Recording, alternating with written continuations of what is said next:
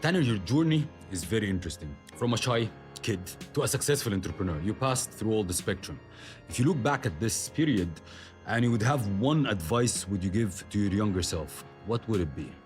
It's so basic, but I've said this on every interview I get asked. My biggest regret is from 22 to 25, I didn't hire anyone to help me. And the reason was two reasons. One, Yeah. I thought I was so smart that I could figure it out on my own. That was number one. So it was ego.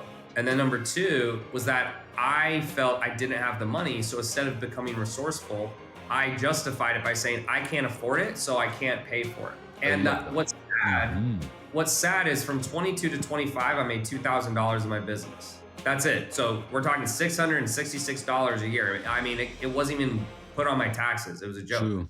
Mm-hmm. And then from the time I hired a coach till now, I've done 100 million in sales in 6 years. And the first year I only did 1 million. So we made up a lot of ground.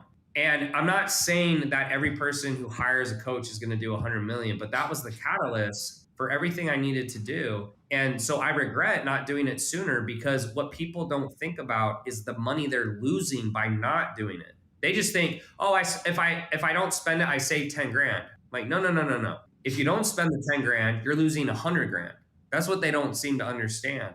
And the only way forward is through. You have to go through the hard shit, and being scared and fearful or, well, I don't have the money and this, whatever excuse you come up with doesn't change reality that you still have to do the work. So for me, if I could give someone advice, hire help sooner and be willing to go live with your parents or be willing to take a step back or be homeless if you have to, because I'm telling you, as long as you're alive, it will never be that bad. Like it's True. always worse in our heads than it actually is in reality. True. Tanner, if I ask you, what was your favorite failure? Favorite one, a thing that you failed like hell, but learned like hell as well. My favorite failure. I think the most pivotal failure I had was trying to get paid ads to work and failing those 5 times. Because during those 5 times, I had a choice come up where I said, I'm just going to stay here, 50,000 a month. You know, I don't know if I can stay there forever, but I'm comfortable. But this isn't working. I'm spending all my money. And so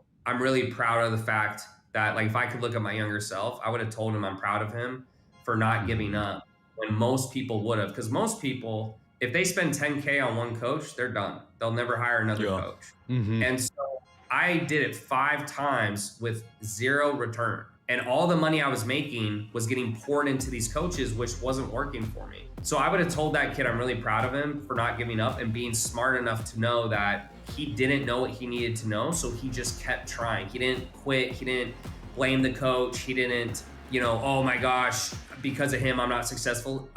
That kid kept going. And so that's probably one of my proudest moments because I didn't know at the time what was on the other side. That sketch where the guys are digging for treasure and they both get to the end, one guy finds it and the other guy's walking back. That could have been me.